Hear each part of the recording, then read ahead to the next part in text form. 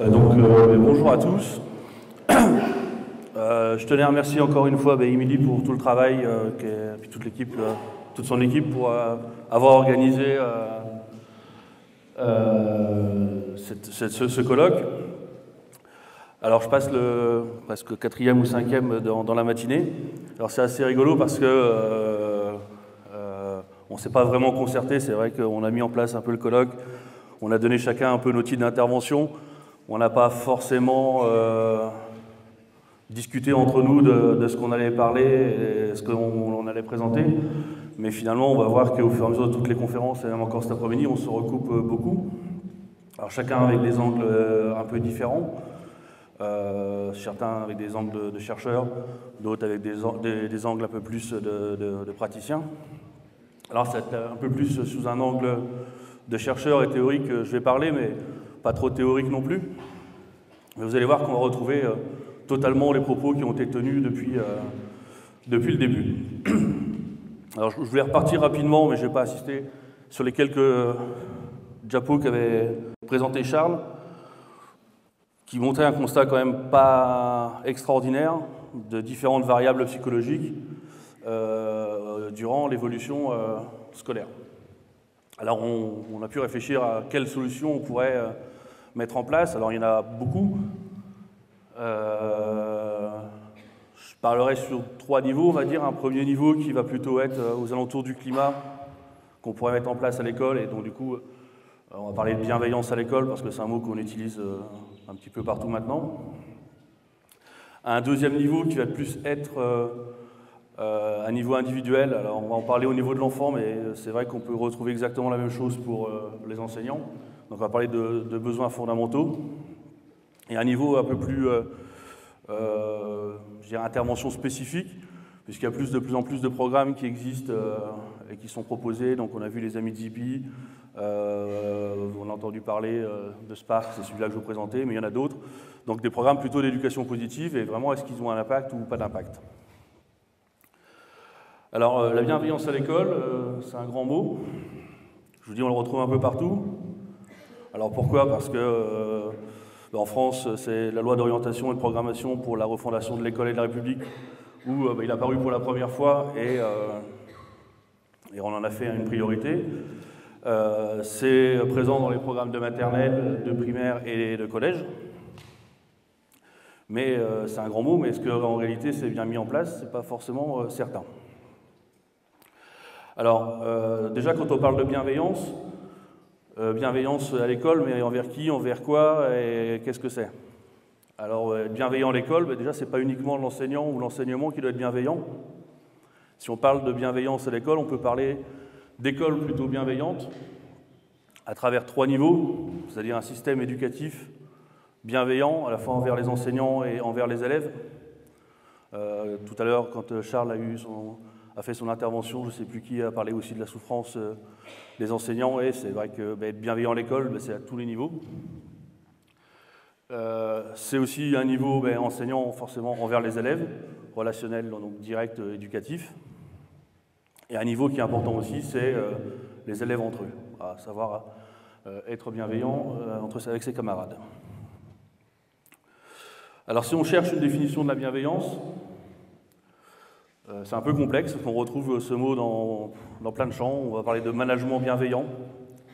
Alors là, ça va rejoindre plutôt le côté, on va dire, entreprise, mais ça rejoint aussi le premier aspect dont je vous ai parlé, c'est-à-dire avoir tout un système éducatif qui va être bienveillant envers les enseignants et envers les élèves. On va parler d'accompagnement bienveillant dans le domaine du prendre soin, par exemple, d'écoute bienveillante, que ce soit les parents ou des psychologues ou des choses comme ça, et bien sûr d'éducation bienveillante. Alors c'est un terme qu'on retrouve dans de nombreux champs, mais c'est aussi un terme qui est associé à de nombreux concepts. On a parlé de gentillesse tout à l'heure, d'empathie, de compassion, d'indulgence. Donc c'est un terme qui est aussi complexe à définir. Alors, on a essayé de faire une petite définition de la bienveillance. Alors d'abord, on a regardé les études scientifiques, donc côté un peu chercheur. Qu'est-ce qu'on peut trouver sur la bienveillance ou la gentillesse?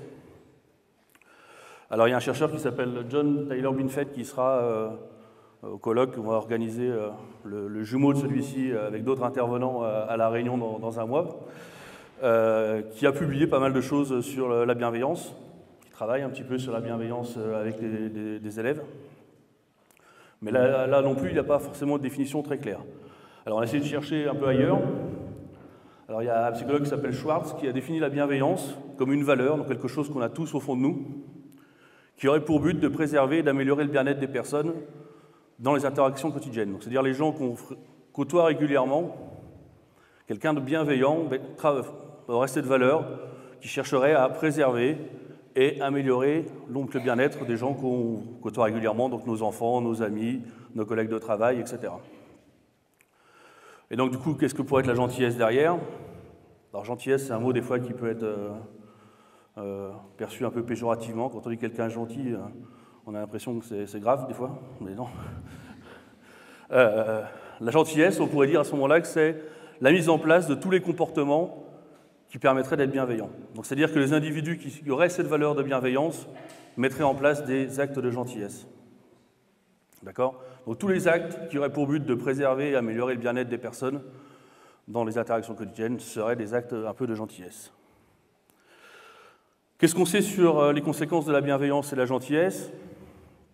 On sait que la gentillesse et la bienveillance permettent d'augmenter les émotions positives et le bien-être.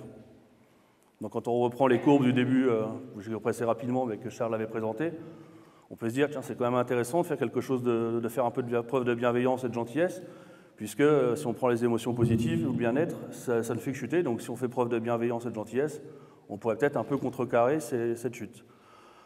On sait que ça permet d'améliorer la satisfaction de vie, la satisfaction d'une manière générale. On sait que ça améliore les relations sociales. Donc on a parlé aussi tout de suite là, de l'importance des relations avec les autres. C'est un élément aussi important. Et ça permet l'acceptation par les pairs. Donc pas mal de conséquences importante, je dirais, de la bienveillance et de la gentillesse. Mais qu'est-ce qu'on peut faire? Qu'est-ce qu'on peut faire? Alors, un des aspects sur lesquels on travaille actuellement, alors il y a un site, je ne sais pas si vous connaissez, qui s'appelle Random Act of Kindness. Ça, c'est la page de garde du site, en fait, qui propose tout un programme complet d'éducation à la gentillesse et à la bienveillance. C'est super bien fait. Alors, on en parlera demain un peu plus dans les ateliers. Il y a tous les niveaux scolaires où ils mettent en place différents programmes de gentillesse et bienveillance. Pour vous, Maurice, c'est peut-être moins problématique, mais il n'existe pas encore en français. Donc, il existe la version qui est présentée en anglais et en espagnol. Et on travaille à l'heure actuelle pour traduire tout le programme en français.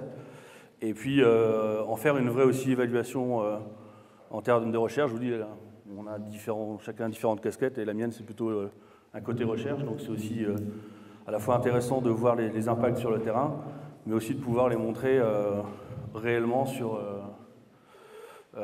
dans la vie, d'un point de vue recherche.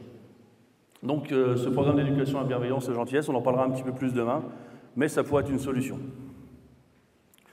Donc ça serait plutôt quelque chose qu'on pourrait mettre en classe d'un point de vue global, je dirais. Donc à la fois, comme je vous l'ai dit, soit la structure de l'école en elle-même, à la fois les profs par rapport aux élèves et par rapport aux élèves. D'un point de vue plus individuel, alors là ça va être une présentation un peu plus théorique, on va dire. On a parlé pas mal, alors j'ai vu que, je crois que Charles, je crois que c'était pareil, on a souvent fait la comparaison un petit peu de l'homme à la plante qui doit pousser, et je ne l'ai pas fait exprès non plus. J'ai repris une citation d'un collègue de Grenoble qui explique que tout comme la plante prospère avec 3 nutriments fondamentaux que sont le soleil, la terre et l'eau, l'homme a également 3 besoins psychologiques fondamentaux qui permettent son épanouissement et son bien-être. Et donc ces nutriments nécessaires au développement de l'individu sont l'autonomie, la compétence et l'affiliation ou l'appartenance sociale. Alors ces éléments-là font partie d'une théorie qui s'appelle la théorie de l'autodétermination.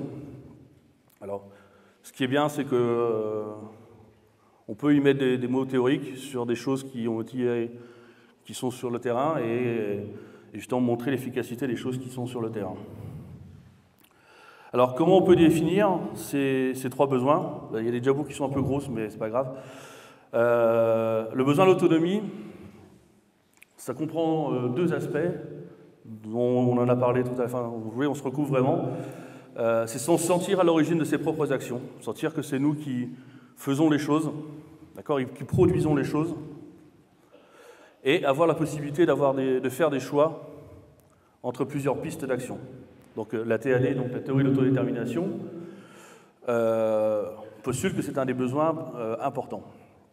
Alors il n'y a pas très longtemps, je ne sais pas si vous étiez encore en métropole, quand Béatrice, quand il y a eu un article dans le 20 minutes sur la bienveillance, et il y a eu des éléments positifs et négatifs, et dans les critiques c'était ouais, c'est bien gentil, l'éducation positive, etc., mais c'est faire un peu que l'enfant est un roi. Je ne sais pas qui vous êtes, monsieur, mais non, c'est pas tout à fait ça. La preuve, c'est que le besoin d'autonomie, c'est pas non plus faire de l'enfant quelqu'un indépendant, totalement détaché ou égoïste. On verra tout à l'heure d'ailleurs qu'un des besoins les plus importants, c'est le besoin d'affiliation. Donc c'est pas non plus déconnecter l'enfant de toute la réalité. Donc si on conclut sur ce besoin d'autonomie, c'est agir volontairement avec un sentiment de choix, alors qu'indépendance, c'est plutôt fonctionner seul et pas compter sur les autres. Et on n'est pas du tout là-dedans, on est vraiment dans, on a des possibilités de fonctionner, et on verra tout à l'heure, de fonctionner au sein d'un cadre. Et ça, c'est important. Le deuxième besoin, c'est le besoin de compétence. Alors tous sont des besoins innés. Ce besoin de compétence, c'est sentir qu'on interagit efficacement avec notre environnement. Qu'on interagit efficacement avec notre environnement, qu'on atteint les performances souhaitées, donc ça va rejoindre tout ce qu'on a pu parler en termes de confiance en soi, de sentiment d'efficacité, mais également sentir qu'on interagit efficacement avec les autres aussi. Et donc la théorie de l'autodétermination postule que l'être humain est dirigé et cherche à assouvir ce besoin de compétence. C'est ce qui va nous pousser à accomplir des challenges optimaux. Alors ce qu'il faut savoir, c'est que un des principes de base de la théorie de l'autodétermination, dont on parle un peu là, c'est que l'enfant va naître naturellement motivé. C'est quand l'enfant est né, à la naissance, il ne se dit pas « ouais, je ne suis pas bon en maths, moi, je ne suis pas motivé pour les maths ».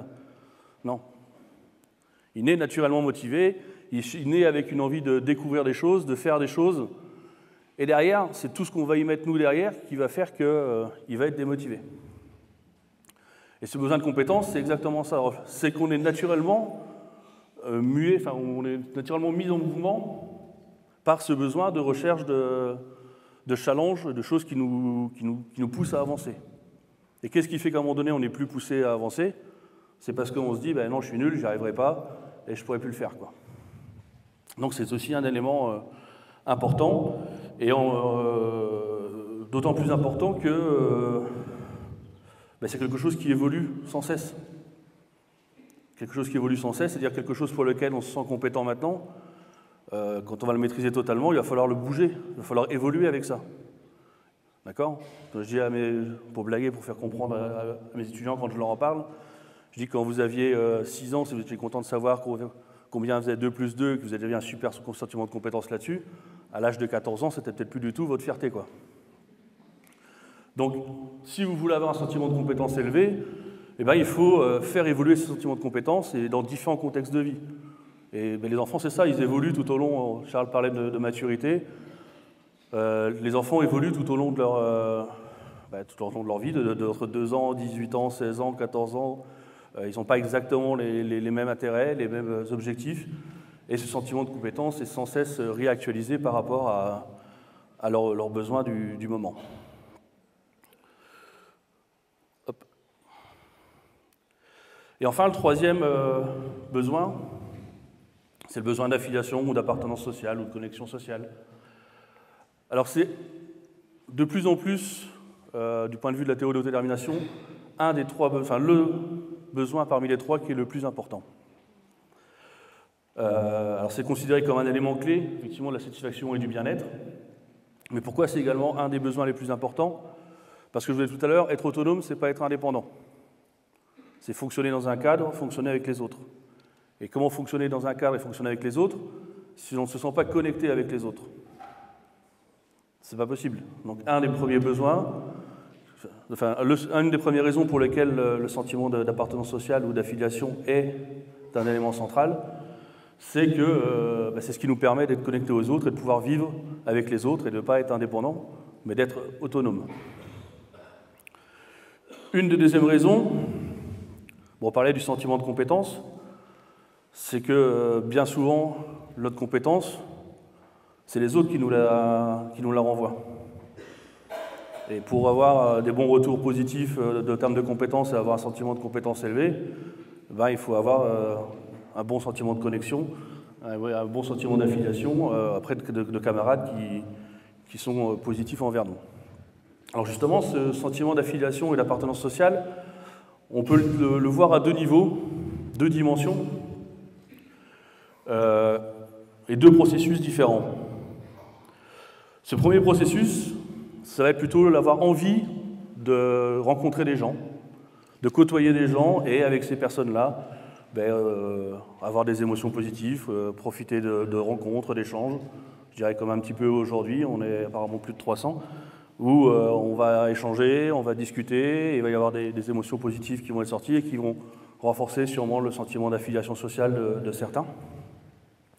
Ça, c'est le premier point. Et le deuxième, c'est aussi de savoir que ces personnes-là sont là pour nous aussi. C'est-à-dire que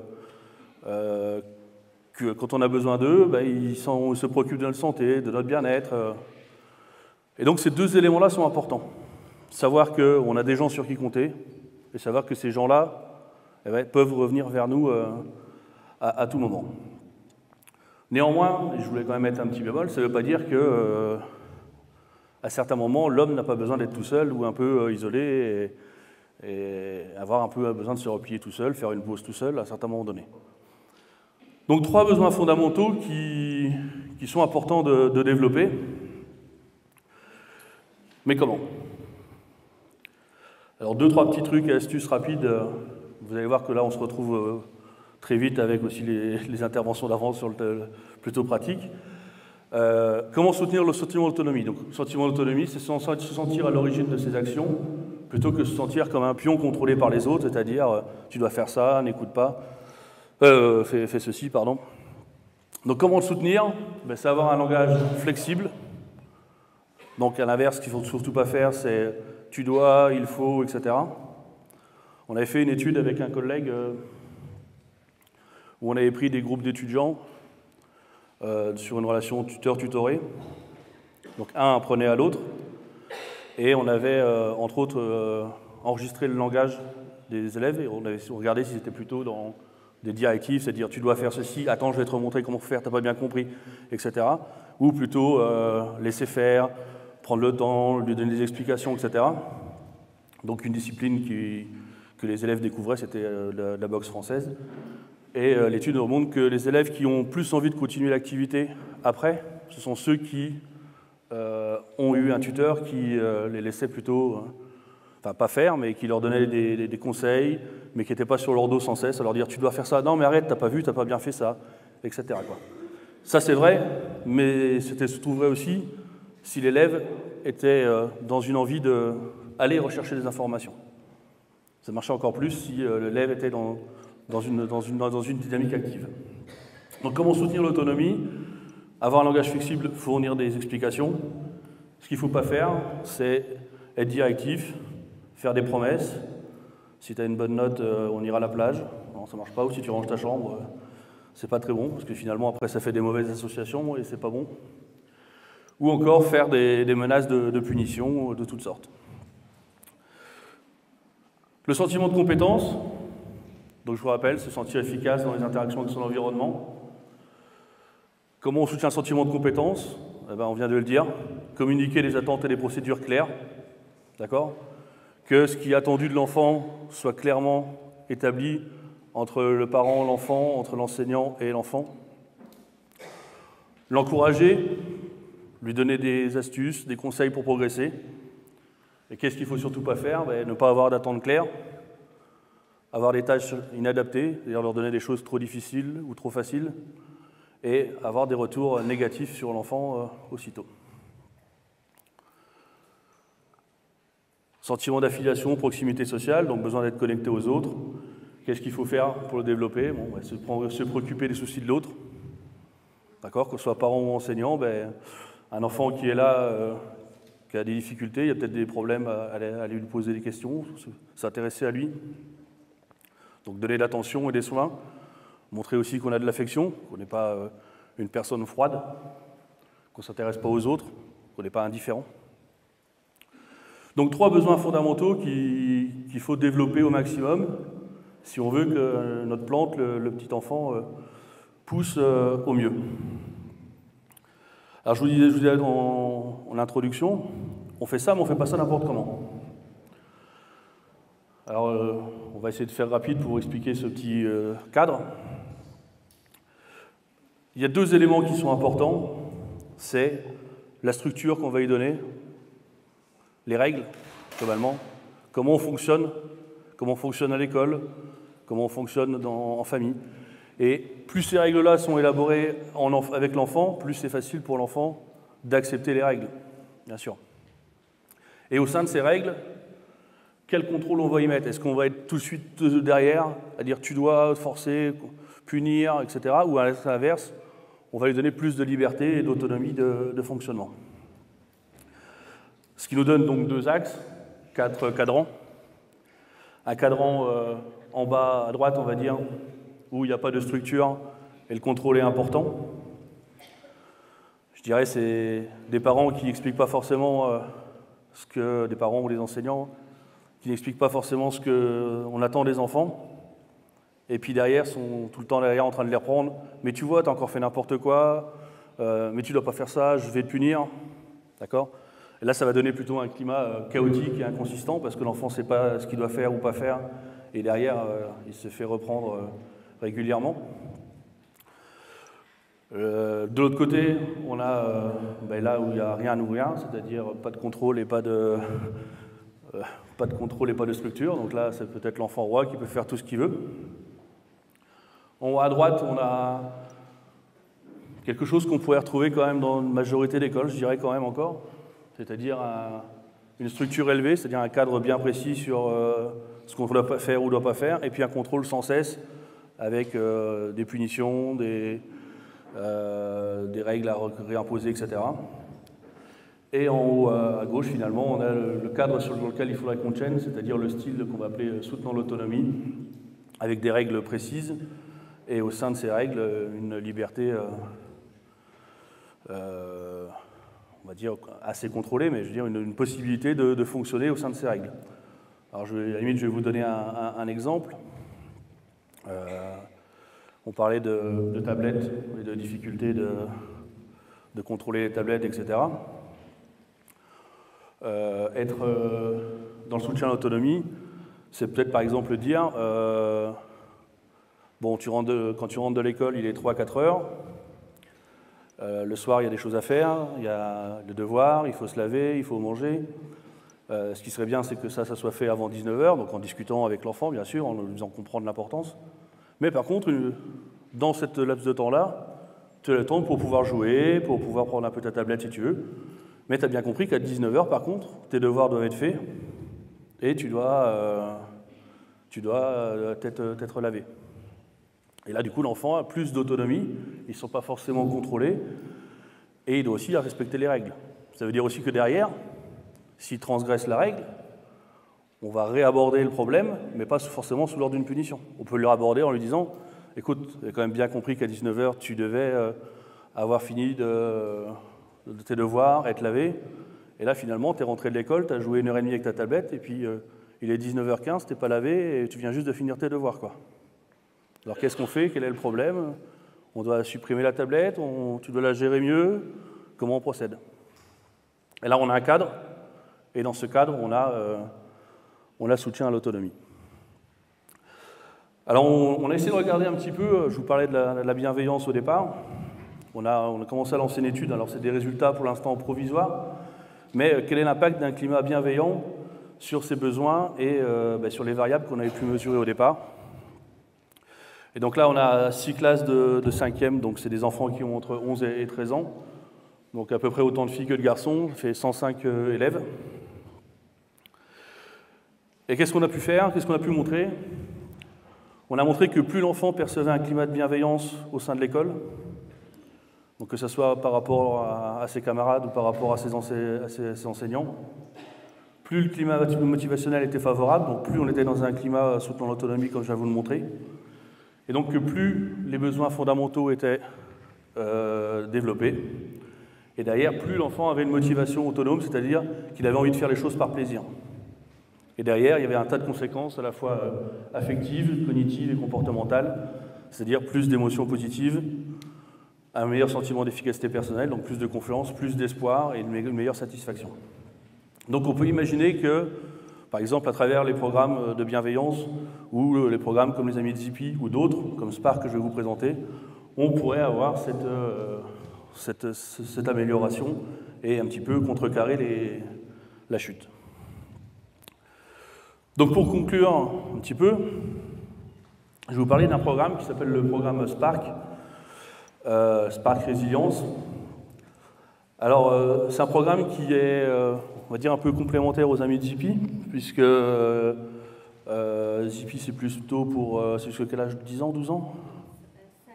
5-7. Et Spark c'est plutôt pour les adolescents, pré-ado, 13-14 on va dire. Alors c'est un programme qui est ludique et facile à comprendre, c'est-à-dire il y a des fiches de jeux, de travail qui sont faciles pour les enfants, ils s'amusent, ils comprennent des choses. Et l'idée principale, alors la phrase est peut-être un peu complexe, mais je vais vous la redonner, c'est de travailler sur les conséquences qui peuvent découler d'une perception particulière que chacun d'entre nous peut avoir d'une situation, stressante ou pas stressante. Alors on travaille avec eux sur différents exemples, et pour que vous compreniez mieux cette idée, un des exemples, par exemple, c'est l'histoire d'un petit garçon qui traverse la cour de récréation et il en voit 3 autres de l'autre côté qui sont en train de rigoler.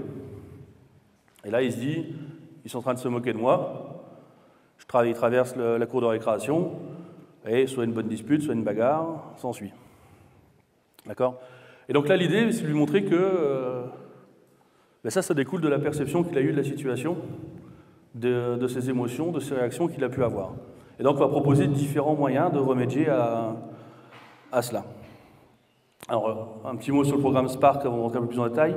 C'est un programme qui a été élaboré par 2 psychologues, donc Ilona Boniwell et Lucie Ryan, qui se fondent sur